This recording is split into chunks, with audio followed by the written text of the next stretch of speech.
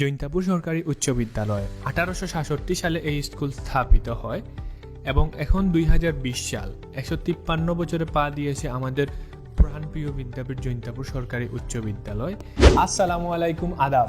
জৈন্তাপুর সরকারি উচ্চ বিদ্যালয়ের 150 শতবর্ষ অনুষ্ঠান উপলক্ষে আজকের এই প্রামাণ্য চিত্র, যেখানে তুলে ধরা হবে জৈন্তাপুর থানা তথা প্রাচীন জৈন্তা রাজ্যের ইতিহাস এবং ঐতিহ্যকে, এবং এর সাথে সাথে আরও তুলে ধরা হবে জৈন্তাপুর থানার কিছু প্রাকৃতিক সৌন্দর্যমণ্ডিত স্থান, যেখানে প্রতি বছর হাজারো পর্যটকের সমাগম ঘটে।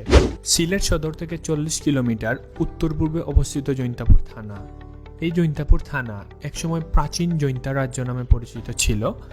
জৈন্তা রাজ্যের উল্লেখ রয়েছে প্রাচীন মহাকাব্য, পৌরাণিক কাহিনী আর তান্ত্রিক সাহিত্যে। বাংলাদেশের অধিকাংশ এলাকা যখন ব্রিটিশ শাসনের অধীনে ছিল, তখন একমাত্র স্বাধীন রাজ্য ছিল জৈন্তিয়া। আনুমানিক 7ম থেকে 8ম শতকে জৈন্তিয়া রাজ্য ছিল কামরূপ রাজ্যের অধীনে। পরে রাজত্ব করেছেন চন্দ্র এবং বর্মন রাজারা। বর্মনদের পতনের পর ক্ষমতায় আসেন দেববংশের রাজারা। দেববংশের শেষ রাজা ছিলেন জয়ন্ত রায়, এবং জয়ন্ত রায়ের কন্যার নাম ছিল জয়ন্তী। ধারণা করা হয় জয়ন্তীর নামেই সেই সময় থেকে এই রাজ্যের নাম হয় জৈন্তাপুর।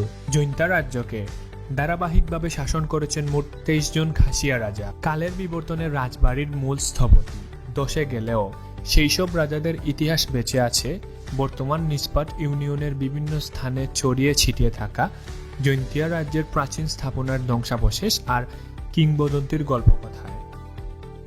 এছাড়াও জৈন্তাপুর থানা যেন এক প্রাকৃতিক সৌন্দর্যের লীলাভূমি, যেখানে রয়েছে লালাখাল, শাপলা বিল, ডিবির হাওর, শ্রীপুর চা বাগান, সারি নদী, সাইট্রাস গবেষণা কেন্দ্র, জৈন্তা হিল রিসোর্ট ইত্যাদি।